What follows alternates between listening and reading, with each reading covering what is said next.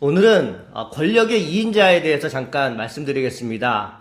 권력의 1인자는 당연히 권력자고요. 집권자입니다. 근데 2인자는 그 뒤에서 1인자를 만드는 사람, 혹은 그 뒤에서 권세를 부리는 사람이라고 볼 수 있는데요. 저는 우리 한국 정치사에서 2인자 하면 생각나는 분이 한 분이 계셔요. 바로 이제 고인이 되셨는데 김종필 총재가 그렇습니다. 박정희 정권 때는 중앙정보부를 창설하셨고 또 삼김 시대를 화려하게 여셨죠. 3당 합당해서 김영삼 대통령 그리고 DJP 연합 그래서 김대중 대통령을 만든 이제 킹메이커의 역할을 했죠. 이렇듯 본인이 1인자는 아니지만 2인자 뒤에서 굉장히 오랫동안 가늘고 길게 정치를 하신 분들이 계신데요. 성경을 봐도 이러한 분이 한 분이 계시거든요. 바로 다니엘 선지자입니다. 다니엘은 젊었을 때 포로로 끌려가서 많은 고난을 당했는데 그럼에도 그가 총리가 되어서 참 오랫동안 2인자의 역할을 했거든요. 여러분 표를 보시면은 세계의 왕조 4명의 왕이 교체될 때 포로로 끌려온 다니엘이 2인자의 역할을 계속하면서 그 자리를 지켰다고 하는 것은 굉장히 놀라운 일이에요.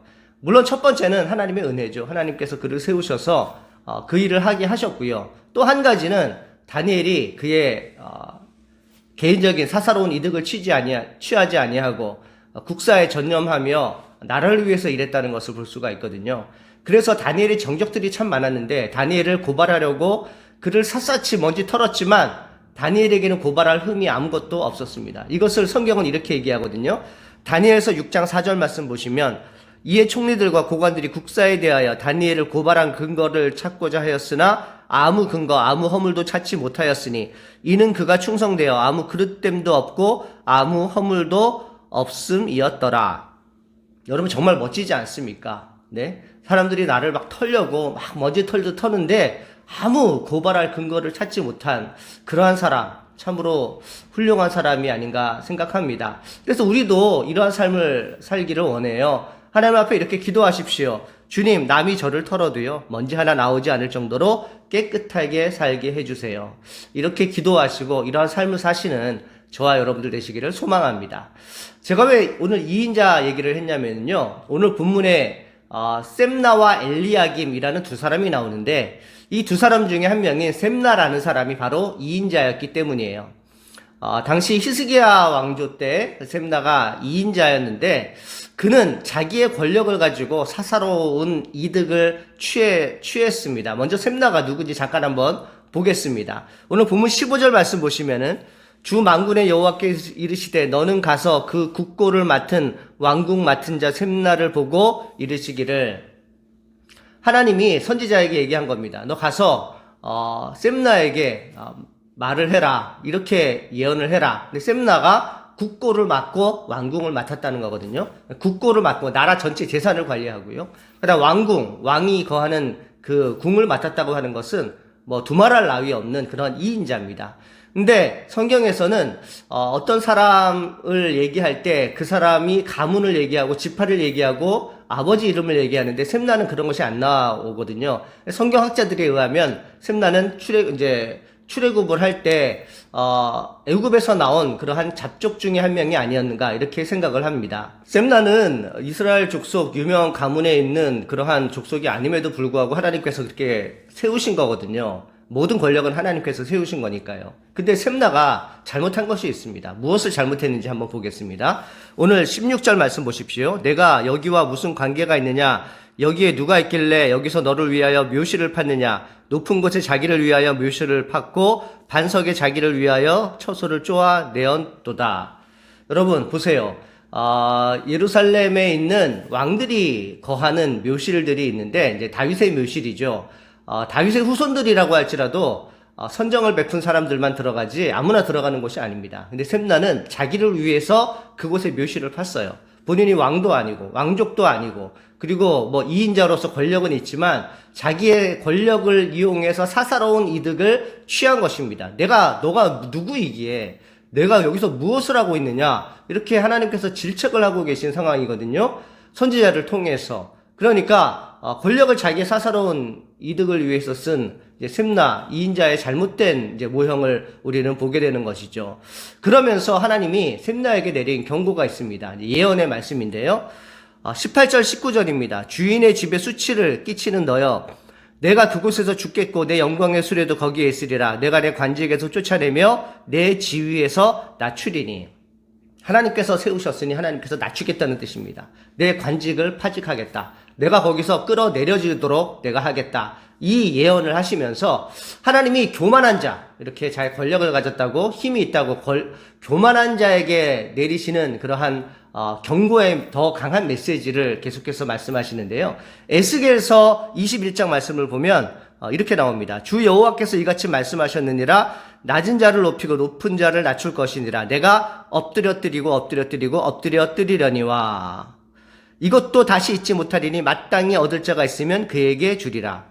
저는 이 구절이 너무나도 인상적입니다. 하나님께서 사람을 낮추시는 방법은요, 엎드려뜨리고 또 엎드려뜨리고 또 엎드려뜨리십니다. 무슨 말이에요? 낮아질 때까지, 완전히 바닥에 꼬꾸라질 때까지 하나님께서 엎드려질 것이니까, 엎드려뜨릴 거니까, 무슨 일이 있는지 한번 봐라. 하나님의 주머한 그러한 심판의 그러한 말씀입니다. 그러면 셈나가 이제 자기가 교만하여서 묘실을 파고 그곳에서 영원히 지내려고 하다가 이런 벌을 받았는데, 그 셈나의 영광은 어떻게 된다고 했죠? 에스겔서의 말씀에서도 다른 사람에게 준다고 말씀하셨거든요. 오늘 본문에서도 똑같은 말씀이 나옵니다. 20절과 21절이에요. 그날에 내가 힐기의 아들 내 종 엘리야김을 불러 내 옷을 그에게 입히며 내 띠를 그에게 띠어 힘있게 하고 내 정권을 그의 손에 맡기리니. 네, 와, 참 놀라운 말씀이 기록되어 있습니다.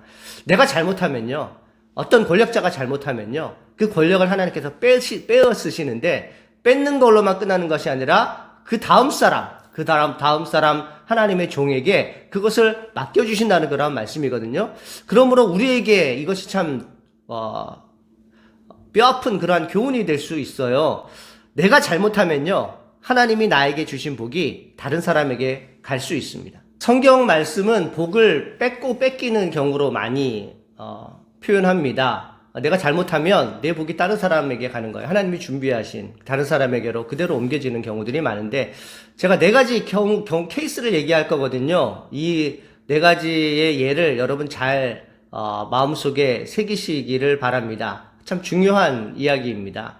첫 번째는 에서와 야곱 이야기입니다. 에서가 장자잖아요. 야곱은 차자입니다. 상속권은 장자에게 가고 축복을 장자가 받습니다. 그런데 에서는 자신의 장자권을 팥죽 한 그릇에 야곱에게 넘김으로 장자권을 스스로 잃어버렸습니다. 장자권이 차자에게로 가는 그러한 역사가 있습니다. 창세기 25장 말씀 보세요. 에서가 장자의 명분을 가볍게 여김이니라. 장자로서 누릴 수 있는 권리를 뺏깁니다. 그 다음에 사울과 다윗 이야기인데요. 사울은 이스라엘의 초대 왕입니다. 그가 겸손하여서 왕이 되었는데, 왕이 된 이후로 거만해지지 않습니까? 사람들을 무시해요. 그리고 하나님의 제사를 멸시하고 선지자를 멸시합니다. 급기야는 사울은 천천히요, 다윗은 만만이라. 이제 이 말을 듣고 다윗에게 시기심을 가져서 오히려 그의 왕권이 다윗에게로 가는 그러한 것을 볼 수가 있는데요. 사무엘하 3장 1절 말씀 보시면 다윗은 점점 강하여 가고 사울의 집은 점점 약하여 가니라. 여러분 보십시오. 하나님께서 무엇을 뺏어서 무엇에게 주시는지, 사울의 왕 면류관을 뺏어서 다윗에게 씌워주시는 것을 볼 수 있지 않습니까? 신약에 넘어가서 가룟 유다도 마찬가지입니다. 예수님의 12제자 안에 든다는 것은 너무나도 귀하고 복된 일이에요. 그러나 가룟 유다는 마귀의 유혹으로 예수님을 배신하고 급기야는 예수님을 십자가에 넘겨주지 않습니까? 사도행전은 이렇게 표현합니다. 1장 25절 말씀에 가룟 유다는 이 직무를 버리고 제 곳으로 갔나이다 하고 제비 뽑아 마띠아를 얻으니 그가 11사도의 수에 들어가니라. 예수님을 가까이서 모실 수 있는 참 복되고 영광스러운 그 12제자의 직분을 남에게 넘겨주는 것, 얼마나 괴로운 일입니까? 그러나 가룟 유다의 면류관은 넘어갔어요. 마띠아에게 넘어갑니다. 예수님의 비유 중에 달란트 비유가 있잖아요. 예. 여러 재능대로 여러 달란트를 사람들에게 나눠주었는데, 한 달란트 받은 사람은 그것을 이제 숨겼다가 주인이 왔을 때 그것을 그대로 드리면서 이제 책망을 받잖아요. 그러면서 주인이 마지막에 한 처분을 여러분 한번 보십시오. 마태복음 25장입니다. 그에게서 한 달란트 받은 사람에게서 그 한 달란트를 빼앗아 누구에게 줍니까? 10달란트 가진 자에게 주라. 네, 한 달란트마저도 뺏어서 10달란트 많이 가진 사람에게 더 주는 것입니다. 뺏기는 거예요. 자기가 잘못하면 복이 남에게 가는 거예요. 내가 우물을 팠지만 다른 사람이 물을 마시는 것이고, 내가 힘들게 집을 지었지만 다른 사람이 거기에 들어와서 사는 것입니다. 참 성경에 놀라운 진리가 있는데요. 우리가 깨달아야 될 것이 있습니다. 우리가 양보하고 또 남에게 관용을 베푸는 것 참 중요하지만 내가 뺏기지 말아야 될 것이 있어요. 내가 끝까지 꽉 잡아야 될 것이 있어요. 이런 것들 뺏기지 맙시다. 이런 것을 끝까지 잡으면서 갑시다.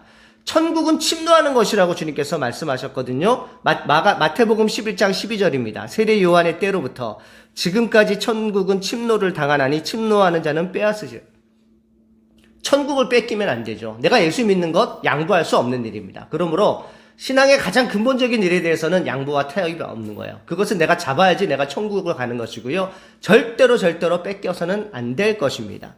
요한계시록 3장 11절에도 주님이 말씀하십니다. 내가 속히 오리니 내가 가진 것을 굳게 잡아 아무도 내 면류관을 빼앗지 못하게 하라. 우리가 가진 면류관이 있잖아요. 우리가 천국 가서 쓸 면류관, 생명의 면류관뿐만 아니라 하나님께서 쓰여주시는 여러 가지 면류관, 그거 꽉 잡으십시오. 절대 뺏기지 마십시오.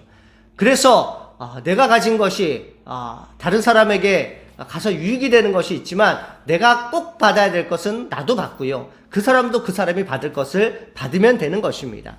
사랑하는 성도 여러분, 여러분들이 가지신 보호와 같은 것들, 천국, 그리고 면류관들 절대 꼭 잡고 뺏기지 마시기를 바랍니다. 주님께서 여러분들에게 주신 은혜 하나라도 놓치지 마시기를 바랍니다. 흘려 보내지도 마십시오.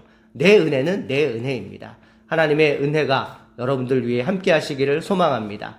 여러분들이 고위직에 있을 때 겸손하여서 하나님의 뜻을 더 잘 순종하며 나아가는 분들이 되시기를 원하고요. 여러분들이 일이 잘 될 때, 여러분들에게 물질의 복이 있을 때 더욱 겸손하여서 하나님을 잘 섬김으로 그 복이 계속해서 유지되기를 소망하고요. 자자손손 하나님의 복을 누리며 사시는 저와 여러분 되시기를 주님의 이름으로 축복합니다. 하나님 아버지 감사합니다. 오늘도 귀하고 복된 말씀 가운데 저희들이 여러 가지 교훈을 받았사오니 이 교훈 저희들이 놓치지 아니하고 저희가 받을 면류관 꼭 잡고 놓치지 않는 우리 모두가 되기를 소망합니다. 하나님 도와주시옵소서. 예수님의 이름으로 기도합니다. 아멘.